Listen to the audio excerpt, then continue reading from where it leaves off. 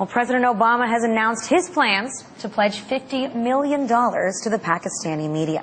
The aim being to reverse anti-American sentiments and raise awareness of U.S.-funded projects meant to better the quality of life for every Pakistani. But the notion of branding aid already has a lot of critics who worry that publicly announcing which projects the U.S. has paid for might backfire. So will funding our own media projects really change anyone's mind? Well, here to discuss it with me, I have the author of the blog, Anushay's Point, Anushay Hussain. Anushay, thank you for being here. Now let's listen to the way they describe this. U.S.-sponsored media to build a brand for America. That sounds a lot like propaganda to me. Would you say that's right? Or do they actually have a right to defend themselves against all the anti-American media that's out there?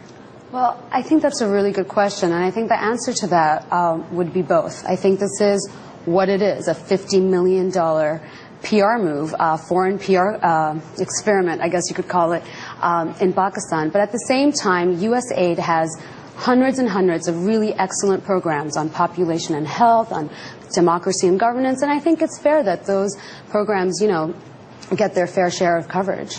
But do you think then that perhaps other people will look at those media outlets that are working with the U.S. government, that are getting this aid, and only point more fingers, only say that now you're working hand in hand, you're in the pocket of the U.S. government? I think that's a very good question, and I think that's a really realistic possibility. South Asians are notorious for being conspiracy theorists, so I definitely think that there's a risk in that. Post 9/11, it's always been like that in the Muslim world, you know. It's kind of a catch-22 for the U.S. They're working with like local media groups, local NGOs, any people on the ground. You always have to be careful because those are accusations that could be hit at you. So with this new program, do you think that they have any chance of it working, of convincing the Pakistani people to trust America? You know, maybe. We don't know. We'll have to see how it all works out. But at the end of the day, I think the U.S.'s actions are much more important than their words, than their PR moves. I mean, there's a really large issue of the war that's raging in Afghanistan next door, of the tensions in the Afghanistan-Pakistan border, of the drone attacks that the U.S. are conducting in Pakistan. There's a huge issue of mounting civilian casualties. So I think ultimately that is what the U.S. is going to be judged on, not their millions and millions of dollars that they pour into, you know, the publicity that they're trying to buy. But aside from the publicity, I mean, they're pouring millions of dollars into new programs, into aid to help infrastructure, education, energy. Do those not count? No, of course they do, and that's what I said earlier. I think that it's really important that these kinds of programs that USAID has, you know, receives coverage. But USAID has been doing these programs not just this year. It's been going on for over 30, 40 years. I know in Bangladesh since 1971, the U.S. has poured almost $5 billion in aid. And it's even more in Pakistan. You know, you've got your U.S. aid, but you also have military aid. So, of course, the positive work that the U.S. does definitely deserves its fair share of coverage. And, I mean, for years, you said they've been pouring aid for years into Pakistan, but for years, hasn't the media been very skeptical of America? And do they actually help shape the thoughts of the people there?